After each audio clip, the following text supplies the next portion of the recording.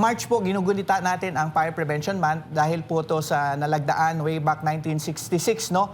Sa panahon pa ng ating former President Marcos Sr. at declaring March, no, as Fire Prevention Month.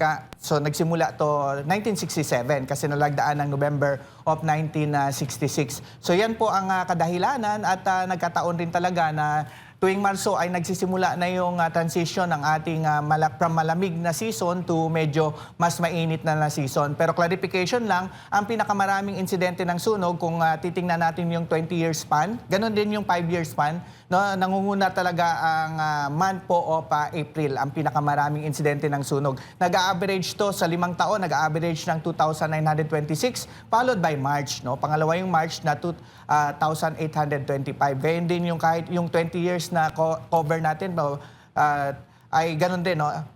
April din at pangalawa yung March. At ang pinakamababa naman sa 5-year natin na record dito sa data ay yung September, nag-average lang ng 1,370. Kaya ang Abril po ay talagang mainit na panahon dahil talagang ramdam na natin yung summer. So ang March po ay transitioning from cold to hot season. Kaya mas marami po ang gumagamit ng mga dikuryenteng kagamitan natin dahil mas mainit na nga yung panahon tulad ng mga pampalamig, pampahangin at gayon din, no, marami nang gumagamit ng mga cooking equipment natin na electrical din. Kaya yan po ang mga pangunahin na dahilan sa nasabing sunog, open flame at yung mga electrical related causes. Ngayong buwan, sir, ay ginugunita o inoobserba po natin ang Fire Prevention Month. Ano bang tema natin ngayon? Ano bang mensahe natin para sa ating mga kababayan ngayong taon? Opo, ito po ay muling paalala mula sa Bureau of Fire Protection na sa pag-ingat sa sunog ay nagsisimula sa ating sariling mga tahanan. Kaya ang tema natin sa taong ito, sa pag-iwas sa sunog, hindi ka nag-iisa. Ito po ay isang panawagan, no, sa pagkakaisa, pagtutulungan para mas mapoprotektahan natin ang ating ari-arian at ating mga pamilya. Sa kabila nga po ng mga panawagan, paalala ng Bureau of Fire Protection at iba pang mga kinaukulang ahensya, sir, ano ho bang ang record o datos natin ngayon? Bumababa ho ba, tumataas ang bilang ng mga insidente ng sunog dito sa ating bansa kumpara sa mga nakalipas na taon? Opo, Sir Jade, no, kung babasihan natin ang period, comparing sa period ng this year at last year, yung January 1 hanggang March 5 na coverage period, ay bahagyang tumaas po ng 7%. No? Sa last year po ay nakatala tayo ng 2,820 fire incident. However, for this year, same period, ay nasa 3,012 na po. No? At yun po ang ating data dito. At kung basihan natin ang yung 3 years pa, no, ay sa 2024 ay nasa 22,000 ang insidente ng sunog. However, naibaba natin to ng 16,000 last year plus, no, at yan po ang momentum na kailangan natin ituloy-tuloy pa, no, para last year kasi naibaba natin ng 28% at yan din ang mithiin natin sa taong ito, lalo pang maibaba ang fire incident nationwide. Opo, ano ho ba yung madalas na sanhi ng sunog na naitatala po ng Bureau of Fire Protection sa ating bansa, sir?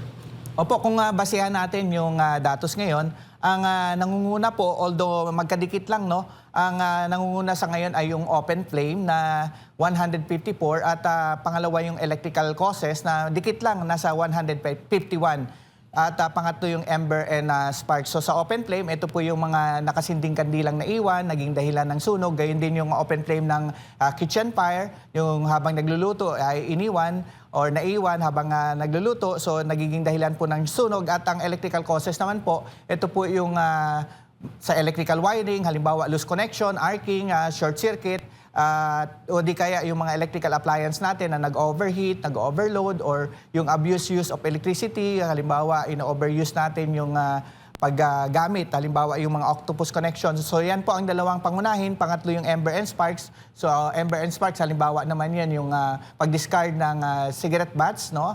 So at iba pang mga embers and sparks na nagdulot po ng nasabing sunog. So totaling po ng yun po, no, ng 3,012. Okay? Again, no, yung sorry, that's only for NCR. Okay. No, sa nationwide po yung open flame, ganun pa din po, 864 at pangalawa yung electrical causes 851. So yan po ang totaling. Ember and spark yung pangatlo nasa 376. At Sir Jade, no, mabanggit ko na lang din, nabanggit ko yung NCR. Sa NCR naman po ay bumaba ng 22% ang fire incident. However nga, totaling sa nationwide ay bahagyang tumaas compare natin same period. Nasa 7% ang pagtaas po. Opo, bago ko pasok kay Partner Admar, sir, ano ho ba yung particular na mga lugar? Mostly ba mga kabahayan, mga establishmento ba ang madalas ay nasusunugan? Yes po, base dito sa occupancies na involved ay ang karaniwan po na pinakamaraming number of fire incident ay nasa single and two family dwelling. Ito po yung mga kabahayan na umabot sa 1,555. At pangalawa yung tindahan or yung mercantile. At pangatlo yung storage, followed by industrial and business. Pero ang pangunahin talaga yung mga bahay po. Kaya ito po yung aming ginagawang kampanya sa taong ito, yung obligasyon sa bayan, ligtas na pamayanan. Ito po ay komprehensibong programa na ginagawa ng BFP. Ito po ay hindi lamang ahensya ng BFP, kundi iba't ibang ahensya po ang ating approach dito. Gayon din yung whole of the nation approach kasi kailangan talaga natin yung aktibong partisipasyon ng ating komunidad. Kaya ang obligasyon sa bayan, ligtas na pamayanan, ito po ay hindi lamang simpleng programa ng BFP. Ito po ay talagang kasunduan natin, no, na walang tahanan o lahat ng tahanan ay ligtas at walang pamilyang maiiwan sa gitna ng anumang sakuna. Colonel, magandang umaga. Buenos dias, no? Balikan ko lang muna, bakit March ino-observe ang Fire Prevention Month? Opo, March po, ginugunita natin ang Fire Prevention Month dahil po to sa nalagdaan way back 1966, no? Sa panahon pa ng ating former President Marcos Sr. at declaring March, no, as a Fire Prevention Month. So nagsimula to 1967 kasi nalagdaan ng November of 1966. So yan po ang kadahilanan at nagkataon rin talaga na tuwing Marso ay nagsisimula na yung transition ng ating from malamig na season to medyo mas mainit na season. Pero clarification lang, ang pinakamaraming insidente ng sunog, kung titingnan natin yung 20-year span, ganun din yung 5-year span, no, nangunguna talaga ang month po of April, ang pinakamaraming insidente ng sunog. Nag-average to sa 5 taon, nag-average ng 2,926, followed by March. No? Pangalawa yung March na 2,825. Ganyan din yung kahit yung 20 years na cover natin, ay ganun din, no? April din at pangalawa yung March. At ang pinakamababa naman sa 5-year natin na record dito sa data ay yung September, nag-average lang ng 1,370. Kaya ang Abril po ay talagang mainit na panahon dahil talagang ramdam na natin yung summer. So ang March po ay transitioning from cold to hot season. Kaya mas marami po ang gumagamit ng mga dikuryenteng kagamitan natin dahil mas mainit na nga yung panahon tulad ng mga pampalamig, pampahangin at gayon din, no, marami nang gumagamit ng mga cooking equipment natin na electrical din. Kaya yan po ang mga pangunahin na dahilan sa nasabing sunog, open flame at yung mga electrical related causes. Opo, napansin ko po dyan sa graph po na dala po ninyo, Colonel, panahon ng tag-init. Kasi ang mag-uumpisa, malimit yung tag-init, nasa March. Ang pinaka-peak niya, nasa April. Tapos hanggang May. Which is top 3 din ang May ata sa inyo pong datos. So, kumbaga, basically, malaki ang contribution ng panahon sa nangyayari pong sunog. Yes, sir, tama, Sir Admar. No? Dahil nga ang mainit na panahon ay tuyong-tuyo yung paligid. No, at dahil nga sa sobrang tuyo ay konting embers lang, kahit konting apoy lang. Ang apoy kasi pag once from incipient stage, no, to growth stage hanggang fully developed stage ay mas lalo siyang mabilis, no, kumalat dahil nga sobrang tuyo ng paligid. Kaya ang pangunahin nga yung open flame sa ngayon, no, pero mas madalas po ay electrical causes ang pangunahin. Sa ngayon lang almost magkadikit, no, halos 864 sa versus 851. So tama po, yung mga mainit talaga na season. Kaya meron kami mga programa ng mga hanggang sa barangay level, hanggang sa grassroots level natin na nag-house-to-house survey tayo para makipag-ugnayan sa mga bawat tahanan, sa mga barangay, gayon din sa local government unit para mag-house survey tayo at mag-inspect tayo kung kanilang pahintulutan para magbuo rin ng mga community fire auxiliary group para maging resilient po ang ating community at maging handa po. Hindi lamang sa sunog, no, sa lahat po ng pwedeng sakuna na pwedeng mangyari sa kanilang lugar. Opo, Colonel, sa nakalipas na taong 2025, ano yung pinakamalaking sunog? And sa kasalukuyan naman po, from January to hanggang sa kasalukuyan, ano naman po yung pinakamalaking sunog natin? Opo, ang pinakamalaking sunog madalas po dito nangyayari sa NCR talaga, no? Dahil po alam naman natin ay densely populated area ay nasa metro cities at isa na diyan ang Metro Manila, no? Although sabi ko nga kanina, bahagyang o malaki ang binaba ng number of incidents sa NCR ng 22%, pero po kung i-consider natin yung laki, no? Alam natin na dito talaga madalas nangyayari yung conflagration sa National Capital Region kasi maliban sa densely populated area, marami pa rin po ditong lugar po sa ating NCR na kung saan ay marami pa rin informal settlers na kung saan pag nagkaroon ng sunog at gawing gitna ay napakabilis pong kumalat. Kaya nakita natin, no, almost mga fire-prone area nangyayari madalas dito sa NCR at yung mga kalapit na region at yung mga may malalaking metro din sa mga region. So pangalawa dito, kung titingnan natin sa datos, ang Region 4A ang pangalawa, no, 336 at yung Region 3 naman ang pangatlo na 249 out of the total of 3,012 na fire incident nationwide. So diyan tayo nakatutok sa mga fire-prone area, may mga proactive measures tayo diyan, no, patuloy sa pakikipag-ugnayan para talagang masabi natin, no, mas pagdating kasi sa mapinsalang sunog, mas mainam po talaga ay wag na natin hintayin ito bago tayo kumilos. Maging alerto, maging alisto at mas mainam po kung tayo po ay mas manatiling iwas peligro. Opo, pero napapansin ko rin po, Colonel, na may mga lugar dito po, lalo na dito sa Metro Manila, no, kasi densely populated tayo, may mga lugar na paulit-ulit na lang pong nasusunog. Kumbaga parang fire-prone talaga siya. Yung mga mismong lugar niya, paulit-ulit na lang. Ano po yung akbang natin? Meron po ba kayo parang coordination sa mga LGU na dapat i-considera na natin ito or ano po yung mga hakbang natin dito na maisantabi natin kasi every time napupunta ka sa lugar na yan, sasabihin agad sunog, ilang beses na nagkaroon ng sunog dito, Colonel. Opo, yes Sir Admar, no? Maraming salamat at napansin nyo rin yan. Sa totoo lang, yan din ang talagang isang sa mga challenges, no, ng aming ahensya. Kaya po ang nasabi ko nga, no, ang prevention po ay talagang kailangan ang ugnayan po sa ating community. Ito po ay talagang whole of the nation approach dahil po kailangan din namin ang tulong talaga ng iba't ibang ahensya. No, isa na dyan yung local government unit, barangay unit. No, gumagawa tayo ng mga programa doon. Yung bahagi nga po ng obligasyon sa Bayan Ligtas na Pamayanan, yung compose ng community fire auxiliary group, yung mga volunteer doon sa community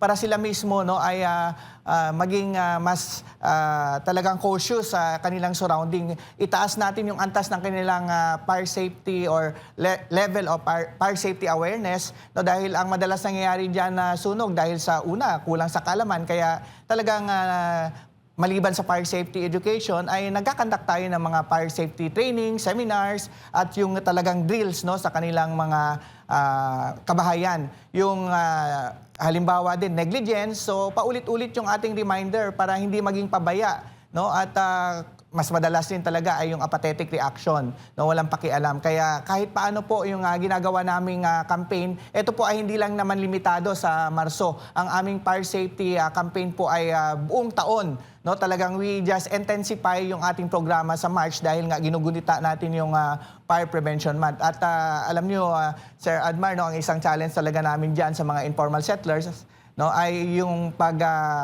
illegal na connection, yung mga jumper. Kaya kami po ay nakikipag-ugnayan din sa barangay, sa kapulisan, pag once nag-check tayo dyan at katuwang yung mga electrical utilities, ay tinatanggal natin yung mga jumper na yan. However, pag alis po ng mga otoridad, alam naman natin, ay nagtataka tayo kung bakit nagkakaroon ulit sila ng supply ng kuryente na sa pamamagitan ng mga illegal na connection. So isa yan sa mga datos natin kung bakit talaga mataas ang insidente dyan dahil sa mga illegal na connection. At hindi lamang yan, sa mga area na yan, marami talagang tumatangkilik din, no, ng mga hindi DTI approved. Kasama na dyan yung mga electrical wiring, yung mga extension cord, at yung mga electrical appliance no, na hindi aprobado ng DTI o hindi pasado sa Bureau of Product Standard ng walang PS mark, no, na product standard, o di kaya kung ito ay galing abroad ay wala man lang ICC quality.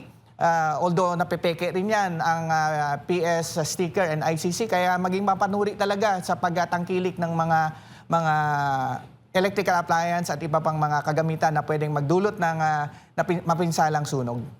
Sir, sa online, nagpa-viral yung mga istorya patungkol sa mga nababanggit mo nga, yung mga gadgets, pati yung mga power banks. Nauuso na rin kasi itong madali ka na makabili ng mga power banks, pati yung mga mini na mga fan, no? Nabibili na rin po yan. Pag nanonood ka rin sa social media, viral din yung mga videos na pagsabog ng mga cellphone. Meron po bang insidente tayo dito na nag-cause din talaga ng sunog po? At nasa ilan at saang lugar? Sir, karamihan dito actually sa electrical causes na 851, almost po mga sabihin natin 40% ay dahil sa mga ganyang insidente.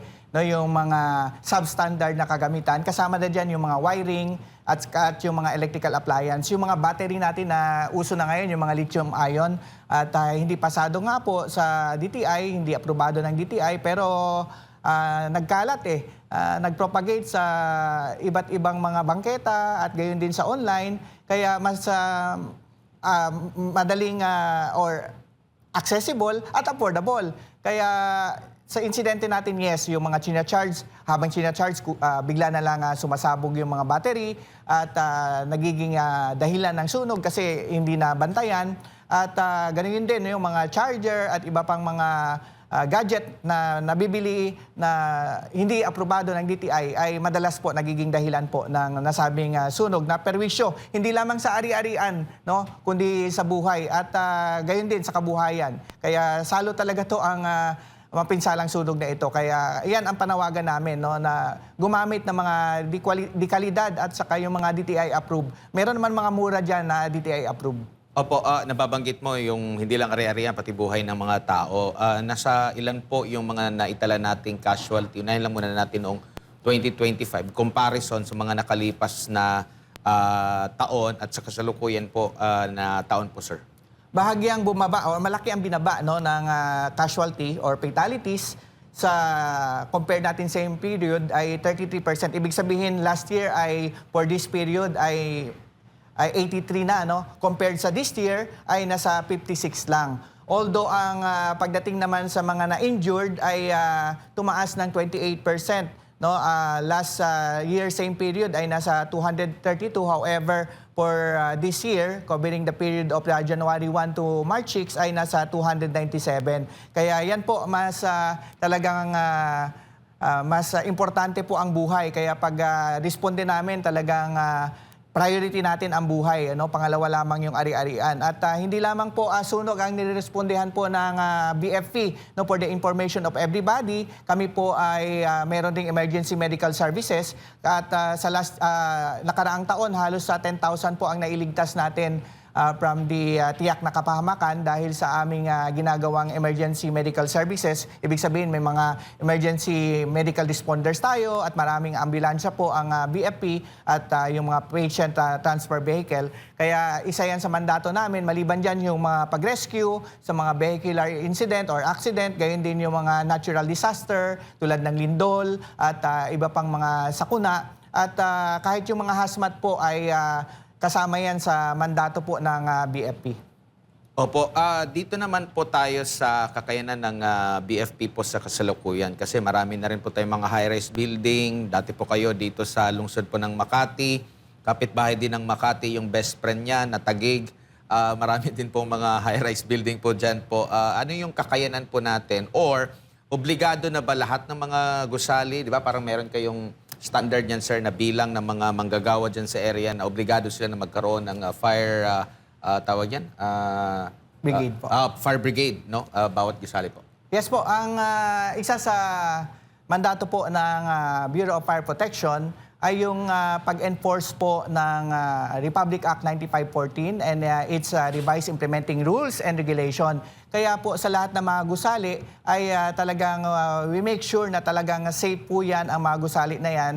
No, nag-comply yan sa all the fire safety requirements sa both active fire protection equipment and passive fire protection equipment. Ibig sabihin po ay mayroon yang mga equipment in case of emergency na gagana. Kaya yung mga lifeline yan halimbawa ng mga exit ay kahit may mangyari ng sunog sa lower portion of the said high-rise building ay may mga passive pa rin yan na protection tulad ng hindi siya basta-basta masusunog, kundi may mga fire rating yung gawa ng mga emergency exit. Kaya pwede pa rin pong bumaba yung ating mga occupant ng nasabing building. At yan po, no, talagang taon-taon ini-inspect natin yan at tinitingnan natin. Bahagi po yan ng mandato ng BFP maliban pa sa fire safety education, no, yung lahat po ng mga establishment that could accommodate, no, 50 and more ay mandatory na rin po ay magkaroon ng sarili nilang emergency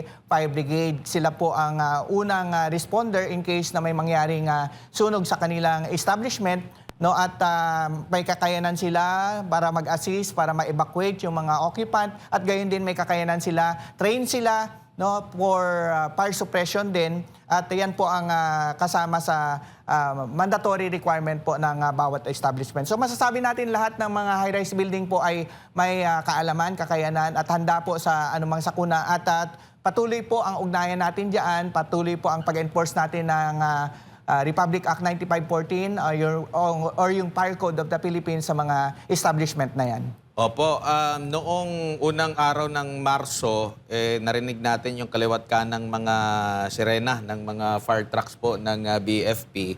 Alam niyo po, Colonel, every time na may maririnig sila, na-alerto din yung mga kababayan natin kasi akala nila may sunog at nare-remind ulit sila na mag-ingat sa sunog. Now, ngayon pong buwan ng fire prevention, ano po yung mga nakalinya ninyong mga aktibidad? Hanggang saan po kayo pupunta, tutungo para po sa awareness campaign natin? Opo, ang Bureau of Fire Protection ay meron ng 40,000 strong men and women nationwide.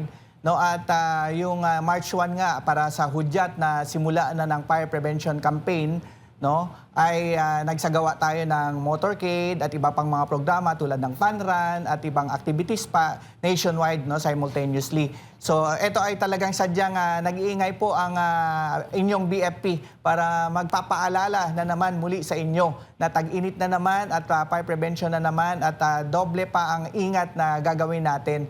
So yan po ang ating programa, yung nabanggit ko kaninang obligasyon sa bayan, ligtas na pamayanan or yung OLP. Ito po ay magbabarangay, pupunta sa mga bawat barangay ang ating mga personnel para mag-train, mag-conduct na mga seminars at yung mga drills, no? At iba pang yung mga programa natin tulad ng kahapon, meron tayong ginawang Fire Square Roadshow sa buong Pilipinas po, yung ating partner na mall, no, yung SM, halos sa lahat po ng Rion, dito sa NCR yung MOA, yung interactive learning naman doon ang matutunan ng mga kabataan or mga estudyante sa Fire Square Roadshow dahil po pinapangunahan lang po yun ng BFP pero marami pong ahensya ang nag-participate doon. Halimbawa ng PBOX para gusto nilang magkaroon ng actual simulation of lindol, no, at iba pang ahensya, AFP, no. So doon natutunan ng mga bata yung mga actual experience paano mag-edit or yung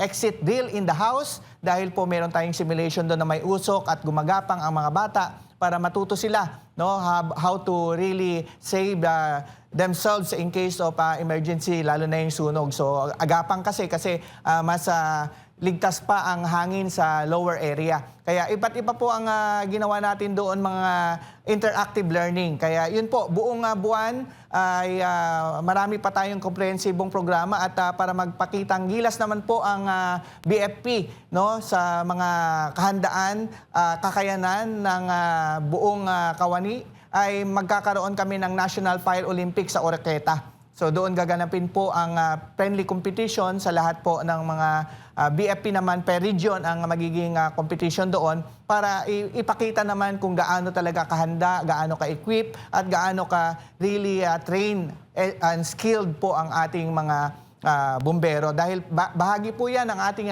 ginagawang modernization, yung BFP modernization na RA 11589. So maliban pa dyan yung patuloy na procurement ng mga modernong kagamitan, fire trucks, ambulances, no, kasama na diyan yung infrastruktura, no, yung pagpagawa ng mga bagong stasyon, pag-improve pa ng mga existing station at saka yung mga ating mga command centers at taon-taon na karagdagan ng mga personnel sa aming kawani dahil po kailangan namin ng karagdagan na minimum of 2,000 per year para ma-meet natin yung ratio ng BFP to population ratio na which is 1:2,000.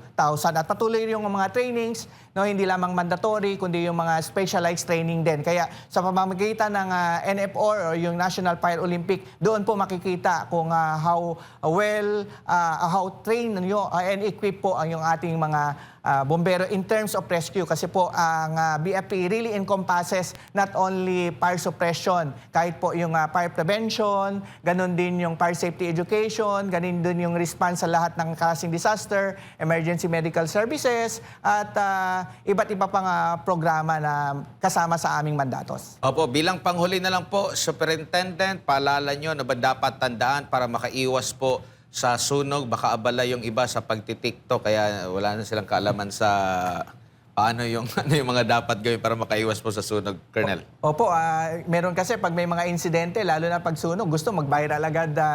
Naunang video. Nauna nag-video, nakalimutan na anong dapat gawin para makaresponde ang bombero. Akala siguro habang nagbi-video ay agaran makakarating ang inyong BFP responder. So, agad po, no, huwag kalimutan na pag may sunog, tumawag agad sa ating Unified 911 system or yung 911 sa loob ng 5 minuto. Ang goal po ng BFP makapag-dispatch at makapag-responde ng within 5 minutes, lalo na dito sa Metro Manila dahil halos po ay meron na tayong computation diyan sa time and motion no, kung possible ba talaga makapag-responde within 5 minutes dahil sa distansya ng mga fire station. However, sa outside of Metro Manila, medyo may kalayuan yung mga fire station. So ang goal natin naman ay nasa 7 minutes ay makaresponde na or makapag-dispatch at makapag-responde na pag once kayo ay tumawag sa aming hotline na 911. Kaya po ang aming panawagan, no, ay maging katuwang namin sa pag-iwas sa sunog at mas mainam po ang may kahandaan, may kaalaman at may kasanayan para sama-sama tayo sa isang ligtas na Pilipinas. Ang inyong BFP po ay patuloy sa pagseserbisyo para maitiyak po ang bawat isa ay ligtas.